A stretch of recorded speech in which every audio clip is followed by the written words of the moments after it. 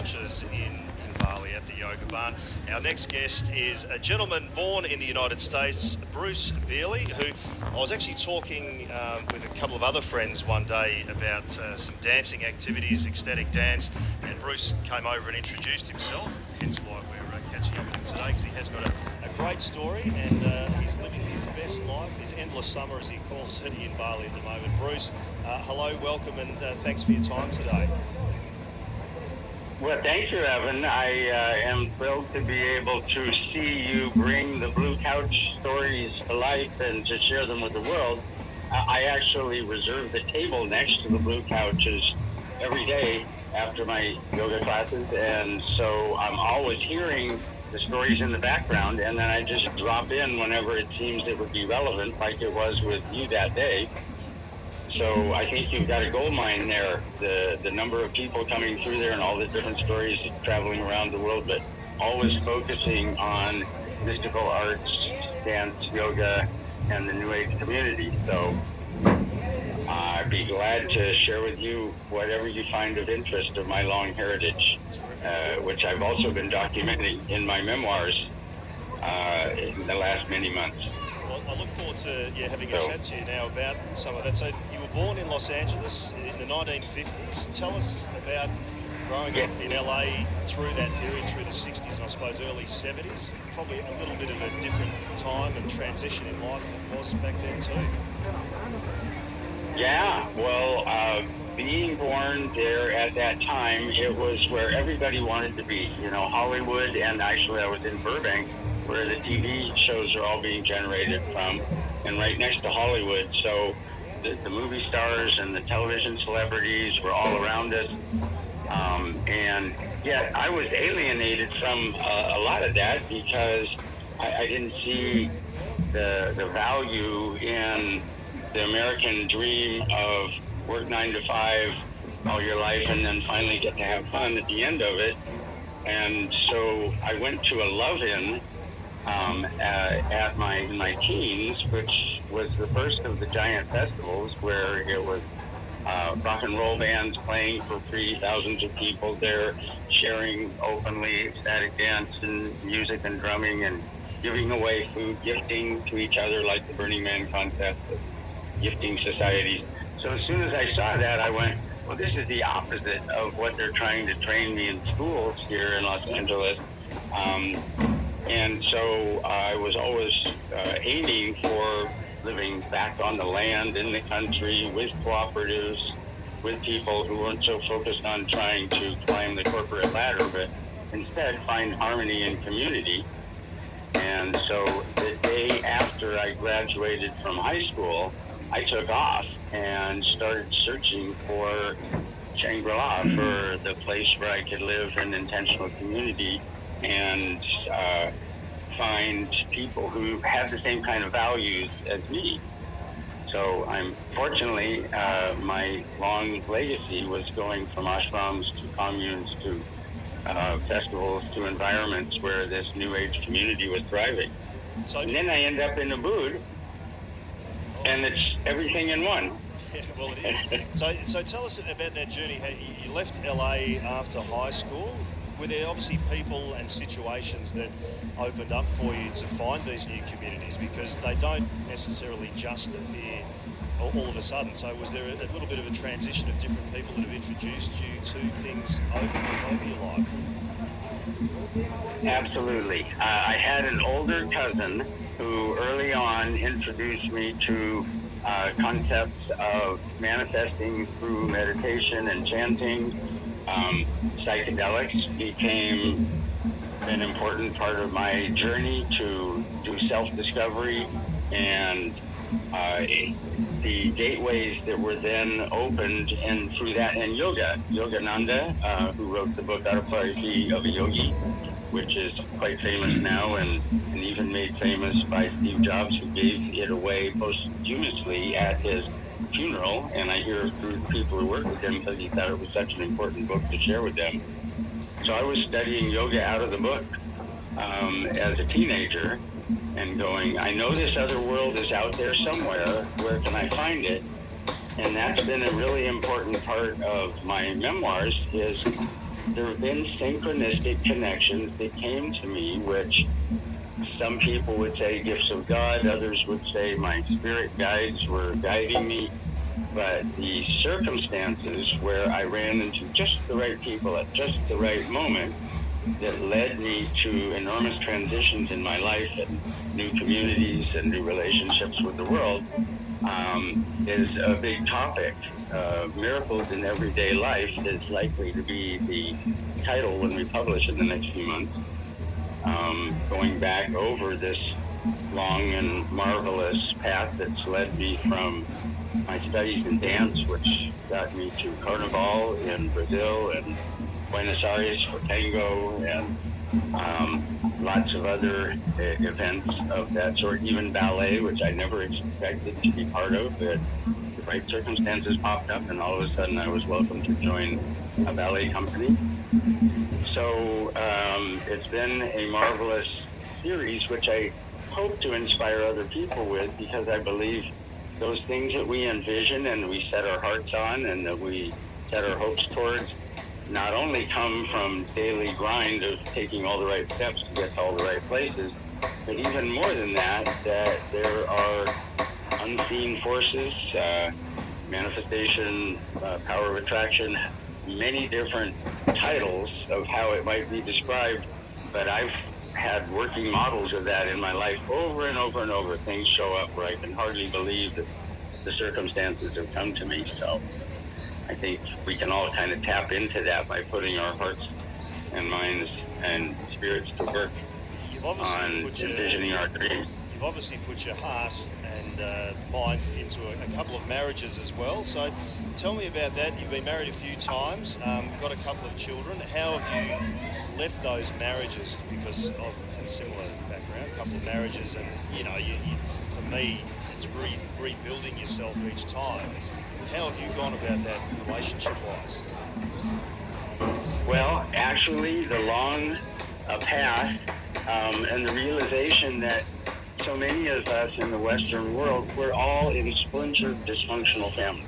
You know, originally, everyone on Earth was living in villages, and you never traveled further than you could walk.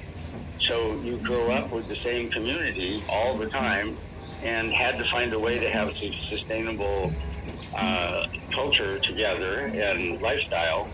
So I think we were actually designed to live in communities, to live in tribes, and now that that's been changed only in about the last 100 years, that all of a sudden we're traveling all over the globe, and we rarely see extended families living in the same community for any length of time.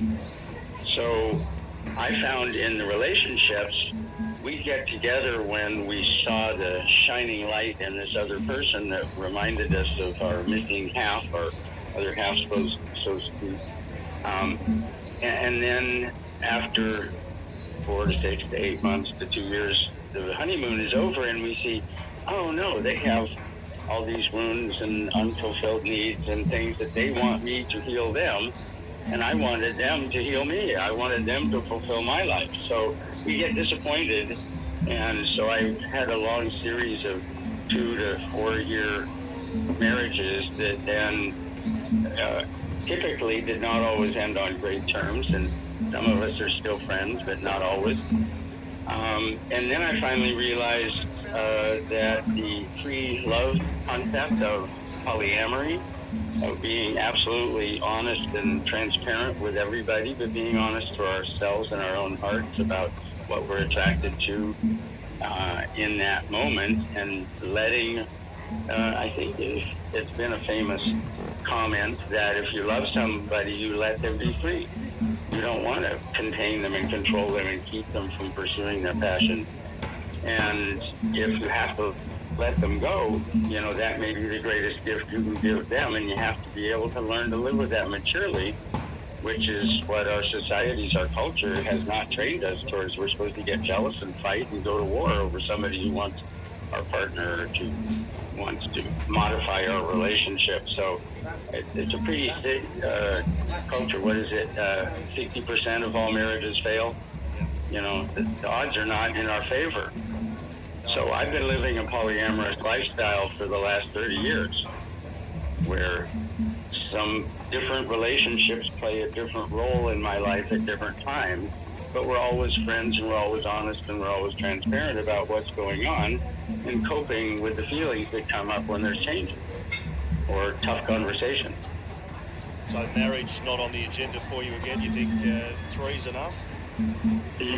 Not a chance. The idea that one, originally we had a giant village of cousins, uncles, and grandparents, children, etc., who filled in the gap of our social needs.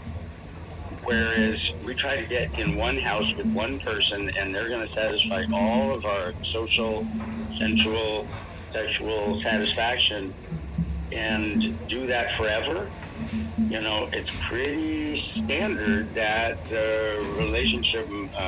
monogamous relationship can grow stale if there's not rejuvenation and an openness to allow each other to grow in different directions. So, no chance that I would ever consider tying on to one person and expecting them to be my one and only. What you're saying... It's too much of a burden. For sure. And what you were saying about the end of relationships and hanging on and the jealousy and all those sort of things. Well, last year for me personally, going to Ubud after a marriage breakdown was the best thing that could ever have happened to me, because I've met so many amazing people on those blue couches, as you well know, and they help you heal, because everyone on those couches is on their own journey, either from relationship, work, death of a parent, or it could be alcohol, drugs, whatever everyone's going through, and there's this sense of calm and peace there, which is so unique, and it's just a beautiful place to be, isn't it? Yeah. Well, I think it's part of the theme of the New Age culture, if we have to put some kind of name on it, or the open-minded and more contemporary approach to a progressive way of living with an open heart and open mind, and allowing for change, and needing to be transparent all the time. So, people, in fact, the theme at Yoga Barn for a lot of different people is transformation. I've come here to rediscover myself, or to get to know myself, which had not been the theme previously, as they were working a 9-to-5 and just trying to make it to retirement, or make a relationship work, or to make a business work, but not focusing on what is my heart calling for, what are my actual physical needs, what are my intuition and my spirit telling me.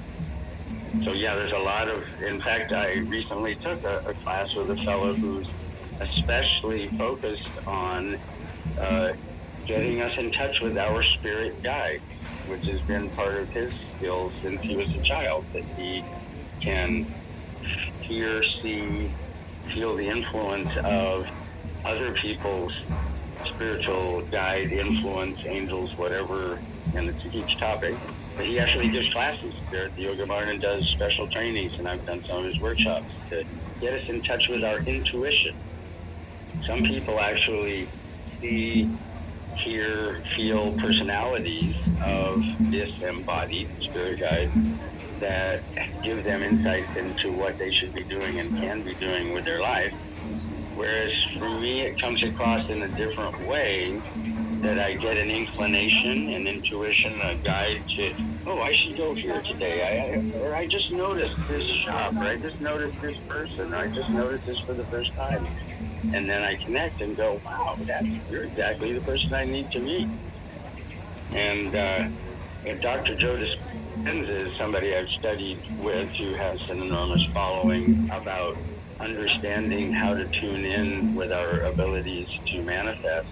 Whereas he points out, and they actually use brainwave headgear so that you can watch the brainwaves and realize that in the delta and theta brainwaves and gamma, which is a little more rare but happens as well, that we get in touch with a higher consciousness that can actually bring us to the kind of powerful, intuitive knowledge and wisdom that we've got innately, but we're not usually in touch with.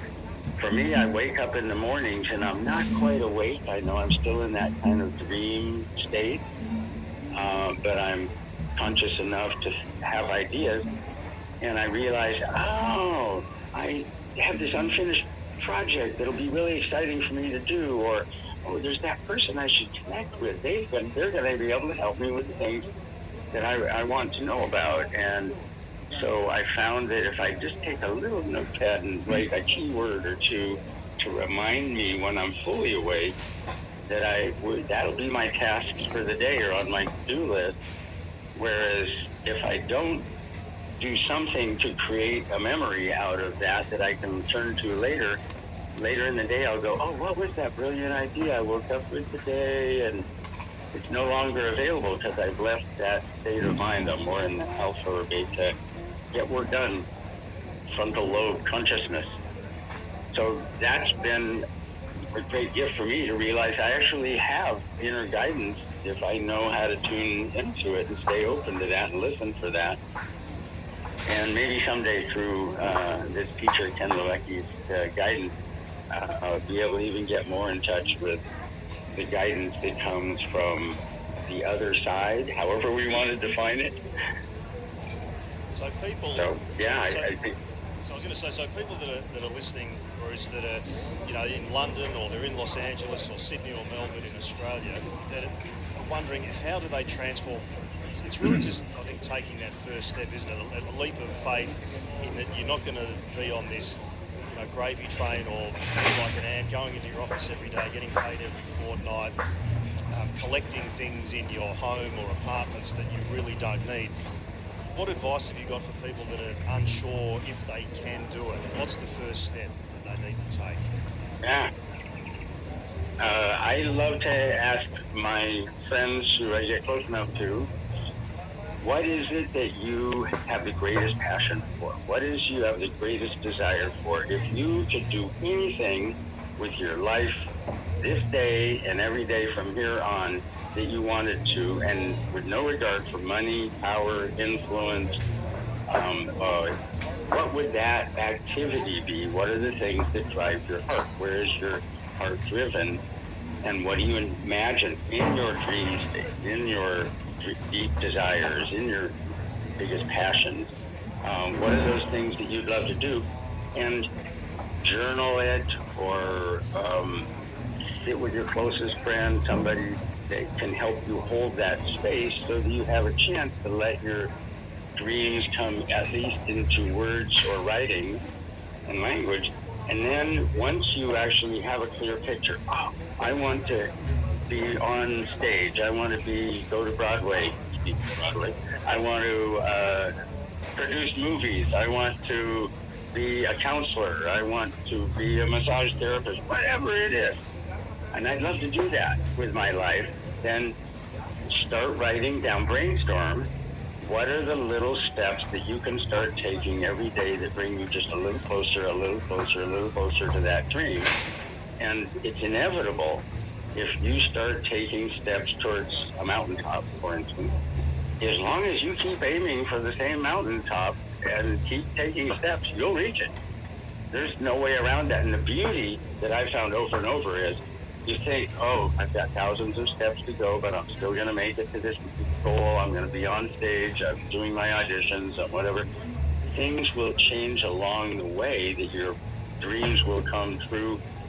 All of a sudden you make a connection. You realize, it isn't on stage. It's actually in film, or it's through this different kind of performance art that I want to do, that you don't realize until you're partway down the path. It's like you're climbing up a mountain and you get a new view. The farther up the mountain you go, before long you go, it isn't the top I want to go to, it's over there. That's what I'm aiming for. And just keep listening to your heart. Where's your passion? It's going to get you up in the morning and make you so excited about your life. So what are your passions now? I mean, obviously dancing is a big passion of yours. Outside of that, what drives you these days? Well, I've always been active in sports and recreation, and in fact, it wasn't dance to start with. That was a radical turn 30 years ago. My family was a very musical family. We sang in choirs. My parents had been a major and a minor in their collegiate studies in music and singing. and we sang in choirs growing up, and then I started playing many different musical instruments, and then I started playing in bands. And one day we were playing for a dance concert, and I decided the people on the dance floor are having more fun than me. I want to do what they're doing. And I quit playing in band, and I started studying dance, and I've been doing partner dancing ever since then. And that's what led me many different places, but it's never been my career. It's always been my passion that I supported doing other things. That's one big one. Outdoor sports, nature, recreation, hiking and mountain climbing, mountaineering, sailing, and many other recreational activities. Because those were more for a younger age and another level of adventure, now that I've turned 70, I realized, I can get the same passion, excitement, level of physical stimulation and keep my body in great shape I do yoga class daily, and here we are at the yoga barn on the blue couches. Dance of many different varieties, rollerblading, swimming, and other activities, frisbee, different sports. Paddleball I just took up. Oh, that's good fun. I played that in Ubud the other day. That is actually good fun, isn't it? That's a whole new sport. My father started me with tennis and table tennis, ping pong. As when I was a kid, and I played those for years, and I was in the varsity team in high school, and it kind of faded into the background as I went off in other directions, but then I just heard about it more recently, and it's a different paddle. I got to learn to get up the feel of this sport, but because the ball stays in motion, bouncing off the back wall, so you don't have such a large court. You're not chasing balls all the time. In fact, years and years ago, I took a ping pong table, put it in a racquetball court, and me and other table tennis players who were very proficient, we would rally for hours and just keep the ball in motion and not keep track of score and play the ball off the floor, off the wall, never let it stop until somebody decided they wanted to take on a game and play the 21 and then go back to rallying and realize, now if I thought of that before and was a business venture at the time, there's a perfect way to keep the game going, make it more lively, because the paddleball's growing like crazy. Here in Ubud, we've got, 5 different courts that have just opened up within the last couple of years. It's crazy. I mean, things like that. I'd never heard of it, but went and had a game. Unfortunately, the court that I played on, they hadn't finished the roof on the end court, so it was rather hot when I was there, but it is good fun. Yeah, there's plenty of disadvantages. In fact, it's in such a new sport, they haven't quite figured it out. There was enough water coming onto the side of the slab that it actually had a wet spot near the net, so it was an unfair advantage for the opposite team. When the ball bounced into the puddle, it wouldn't bounce. It didn't have a normal bounce. So fortunately, it was a game for fun. We weren't putting any money on it, so it was nothing, not a big deal. But yeah, so it's a sport I expect to be more involved in. So that, and still music and singing. There's times, there's moments, and of course there's kirtan, chanting, singing festivals going on around us here in Ubud. The lineup of social activities here, I consider it my endless summer camp. I dreamed as a kid growing up in LA, we'd have 2-3 months of hot summer weather, and I could run around in shorts all the time and never have to worry about getting cold and rainy and anything else. And then I ended up moving out into the country, which involved moving up into the high Sierras near Lake Tahoe, kind of that direction, where we had 4 seasons in Nevada City, was where I lived for 40 years. And it's a marvelous alternative community that has this New Age culture with ecstatic dance and arts and festivals going on nonstop, and beautiful surroundings, rivers and lakes, and hiking trails everywhere. And I thought I'd be there forever until my friend said, you got to go to Ubud. Cancel your tickets for Guatemala for a summer or for a winter getaway to get that warm weather. And they knew me well enough. I knew that I just had to see what they were talking about. So I was only in Ubud for 2 days when I realized I can retire here forever. I never have to go back. And then COVID started 2 months later, and I spent the most marvelous time in Bali that anybody will ever get to brag about, of staying here throughout COVID when we didn't have 4 million tourists coming through every year. Not that it's not a wonderful place to be still with a great population traveling through, but that was some rare moment.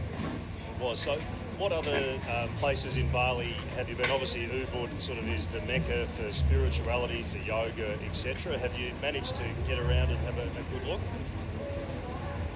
Well, I enjoy the ocean, and we don't get that advantage here. It's at least 45 minutes to get to salt water. And so many of the beaches are overrun for tourism. That it's not the most attractive place to be. Surfing is not necessarily my sport, and there's a competition there as well for getting the wave. But I like snorkeling and scuba diving, and have been diving around the world for 30, 40 years. So, in fact, I've been spoiled. So I have wanted to focus on that, and I did that during COVID, and went to the North Shore, east to be exact, here where Ahmed is.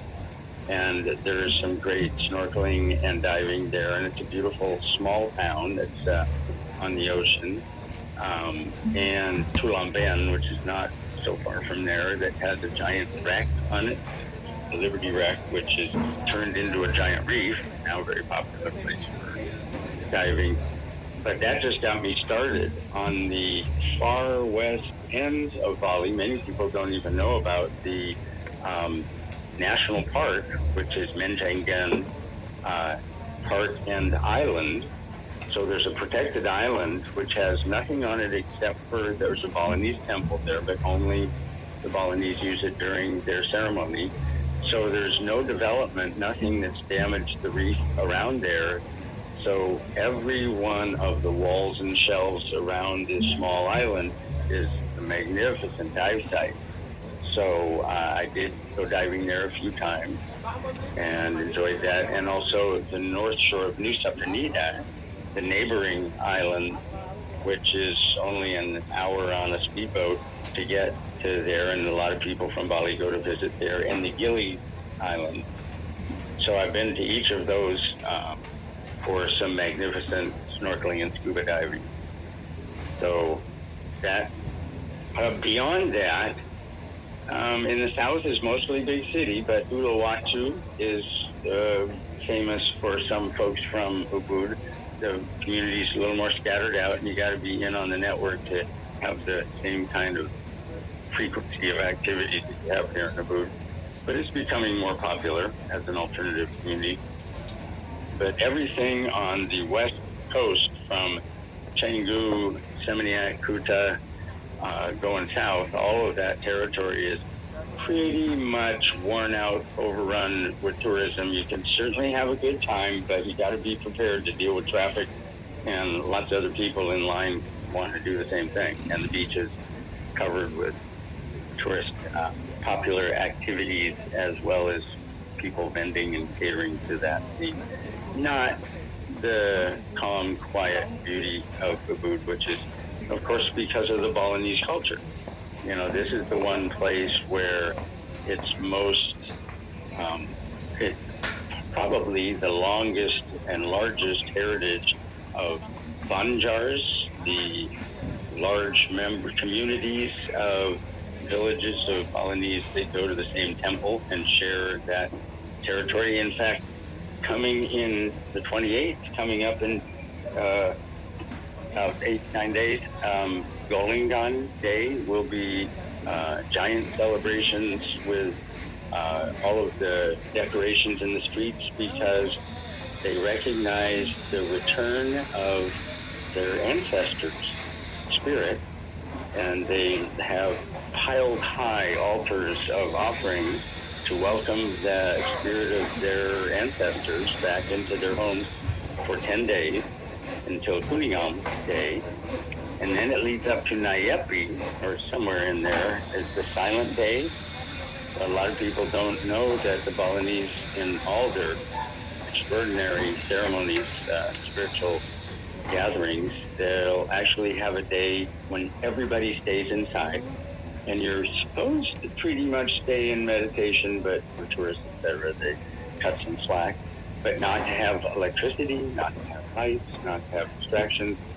And you're actually hiding from the potential demons that were mocked and stirred up by the Ogo Ogo parades when giant models. In fact, I should ask you, Evan, have you been here for Ogo Ogo parade? I haven't yet, no. I'm looking forward to it, though, so tell us a little bit more. Okay. Prepare. Each neighborhood, you see names around here. It's funny, we're used to street signs, but they don't even have street signs here. So, although there are street names, they'll refer to everything by landmarks. And mostly, though, for the Balinese, these are neighborhoods that have had the same families in them for generations and generations, hundreds of years. So there may be 5,000, I don't know what the popular Banjar size is, but thousands of people, at least hundreds, will gather for every time they go to their temple, every time they have a cremation, which is actually a joyous celebration of letting the spirits, gift the spirits off into heaven where they'll come back reincarnated. So the day before the Silent Day, though, is the Ogo Ogo parade, and they will spend days and days and days making large, monstrous-looking caricatures that I'm sure anybody can find online easily by doing a search, O-G-O-H, Ogo Ogo. And they are like bloodthirsty demons that they will put up on pallets where the men will carry them around, and they'll put lights on them. It's parade starts at dusk, and they'll parade down the main street. And the idea is it's kind of scary to scare the demons away, and then they'll have performances in the beautiful young women in all of their exotic Balinese costumery doing more formal legong style dances. So it's celebrating their culture in an enormous way. But the following day, from 6 a.m. until the following day after that at 6 a.m., everybody stays inside. The airports are closed. You can get, maybe not arrested, fined, certainly. You'll get chased off the street by any of the police. It's forbidden to be outdoors. Can't travel, can't do anything. What date is this? Silent Day. What date is this? We've got to look it up. Okay. It's coming soon. Yeah. Okay. No, I'll tell you in a second here. But yeah, especially for those on the island, so many people come through here, and it's rare to Bali. It doesn't. All the other Indonesian islands do not have the Hindu culture that they have here. It's been wonderful learning about it. March 11th is from 6 a.m. March 11th until 6 a.m. March 12th is Nayepi, and everybody's inside. But the day before is the Ogo Ogo parade. So in the yoga barn, we're in one banjar, which happens to share the monkey forest, and so it's called Padang Tegal. And then I'm just a little farther south. It's near the border, which is called Pingotekan. And there's maybe 12 different banjars that are like a county, kind of, or a community. I guess like in New York, you've got Brooklyn and different territories. So it's similar to that, except that they're all bonded by being part of the same temple spiritual following, and they will parade going to the temples and going for special celebrations and new moon and full moon. Their calendar is full of reasons to celebrate that'll have them stopping working. Beware if you're trying to hire Balinese contractors that you don't book them during times when they have too many ceremonies, because it comes first. The traffic, the progress will not be made when the ceremony comes first. And it is So it's been marvelous. It's one of the beautiful things about being in Bali is their culture and their religion and you know, their genuine faith to it. I think that's you know, and why the people are so humble and giving as well. You've really just got to go there, Bruce. I think so to happy. experience it. Yeah, correct. They're just happy. Yeah. All right, look. Yeah, well, they teach karma. You know, the children are raised in peaceful, loving families, and they're taught the concepts of karma in schools and in their religious activities. I had a friend or a associate come from Mexico City, a very violent environment, and he saw all the Balinese acting so friendly and so happy and so pleasing and easy to please, that he asked the manager of the homestay where I was staying, how do you teach everyone to be so happy and friendly and easygoing and laughing and joking all the time? And she gave him a puzzled look. What could he possibly be talking about? She didn't understand what the question was. And I had to explain to him the qualities of being bitter and angry and violent about life have to be learned. They have to be traumatized. You have to find these things from an unhealthy environment. And these children are surrounded by love from the moment they're born throughout their existence. Why wouldn't they treat everybody with kindness and thoughtfulness and try to improve the quality of life around them? So it was hard for this fellow to understand, you don't come into life angry and bitter and fighting to make your way in the world. In this culture, you're being loved and cared for in every way. So why would you ever get bitter? That's very true. And What would you used to be? I think the other beautiful thing is that how welcoming the Balinese are for the expats that are living there. I mean, they don't seem to have any jealousy or animosity towards any of the expats that are living there. It's absolutely mind-blowing to come in, you know, the unfairness, the lack of justice, and the fact that our warring nations who won the wars of the West and, you know, United States, China, Russia, European nations have succeeded in having more affluent cultures so that we bring our dollars here and we can buy as much for the day's work that would pay for a month-long stay here. And there's no resentment for it whatsoever. We are blessed in this enormous way and surrounded by this culture that accepts it wholeheartedly. And many of the Balinese are progressing towards the Western concepts of doing good business and making booming businesses with hotels and restaurants and so on. And I'm concerned that the culture won't survive in the same way as we see it today. It's already changed dramatically in the last 50 years. There was really nothing like this going on back in that time. So, like so many places in the world, there are perfect times to be somewhere where it goes through a transition, but then it's never the same. Those have become the good old days.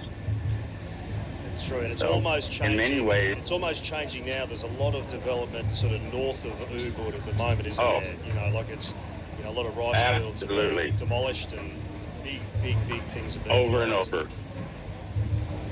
Yeah, there's hot topics about people coming in and building their own little mini cities. That Russian groups in particular have done giant communities, taking out large plots of land and putting in homes and condominiums and entertainment and whole social environment like giant malls for just their own little mini city. There are even some called little cities. So the ability to plan and preserve the qualities of the original Balinese culture It was never thought out in advance. And they've got their own problems with corruption as well. So I think we are here in some of the golden days at this time. And in many ways, back to my life journey, I was born in Southern California at a time in the 50s when we were post-war. USA was sitting on top of the world. They were the heroes, at least in their own eyes, and they were financially the most successful with booming oil industry and industries of every kind. And so we had reasonable taxation so that big businesses and wealthy business owners could actually have, if they earned over $100,000, just for rough numbers, they'd have to pay like a 90% income tax obligation to support the society and all the workers that helped create the industry. But over the years, quietly in the background, so to speak, the lobbyists, and especially in particular certain years of Nixon and Reagan and others famous groups of lobbyists, et cetera, have changed the laws to where now many of the wealthiest people on earth don't even pay tax, or it's very small amounts. So the burden is really carried by the rest of society. And when I was a kid, we had social services that were enormous that you could get. Employment development departments put you to work, train you, help you find your way in the world. Welfare, you could always get some handouts from the government if you had needs and so on. And now people are homeless in the streets with no support. So I am glad that I lived through some of the richest years of the USA history and grew up with that, and in California, which was one of the most magnificent places to be. And in a similar fashion, I'm now seeing the demise of the success of that capitalist culture. And with global warming, California is burning up. We had, before I left, we were having forest fires, forest fires every summer that would fill the air with smoke for weeks at a time. So I was glad to get out of there, and everybody had to be prepared to jump and run if a fire was coming their way, and they might not even get out because it's 2-lane roads with thousands of people trying to get out all at once. So there was a lot of threats to the society and the taxation and the homelessness and so on. So it's pretty much decayed. Having reached 70, I don't expect I'm going to last too many more decades. So I'm not looking forward to how this is going to get resolved. I don't have great faith that the power elite are going to turn socialist and help the people in the streets and those who are in need. Sure. Well, one of the good things about being in Ubud is that there's not a lot of communication coming in with what is going on in the rest of the world. It's a nice little bubble to be in for as long as you can be there. Bruce, we'll wind it up. It's been great chatting with you, finding out a little bit about your history, obviously your time in Bali, on the blue couches as well. Is there anything you can leave us with, someone that's listening that wants to make the big life decision, pulling the pin on the Western culture and going to Ubud in Bali to live? What advice would you have for them? Come to take a visit. It was actually my friends who sent me here and told me your vacations elsewhere, and taste it, try it, sample it, try that feeling. And there are some other places, Tulum in Mexico, although I've heard it grew so fast that it's already getting out of hand in party zone where the wealthy elite from the U.S. come and kind of take it over. So, I don't think there's anywhere else that's just like this. There are some other places in Thailand and the surrounding nations that there's little pockets, let's say, of this New Age concept. But I'd say Ubud and the Blue Couch and Yoga Barn, which 20 years ago started with a single yoga studio, it's now blossomed into thousands of classes every week, is a marvelous example of people pursuing their dreams, looking for transformation, looking for a different lifestyle. And the digital nomads, find a way to support yourself online so that your business travels with you and you're your own boss. That's been the solution for a lot of the people on the blue couch and hanging out there at the barn are supporting themselves as they travel. Yeah, best way to do it, if you can, that is for sure. Well, Bruce, look, thanks for your time. Appreciate you, giving up nearly an hour of your day. I'll let you get back to the blue couch. You'll probably be having your lunch delivered to you shortly, I imagine, as you do every day. That's the plan. Good on you. All right. Okay, thanks so much, Evan. Appreciate you sharing the realities of the blue couch territory with the world, and I'm glad we had a chance to be able to compare notes and celebrate the beauties of Ubud and the blue couch territory. Good on you. There's Bruce Beeley joining us from Ubud, Bali, the blue couch at the yoga barn.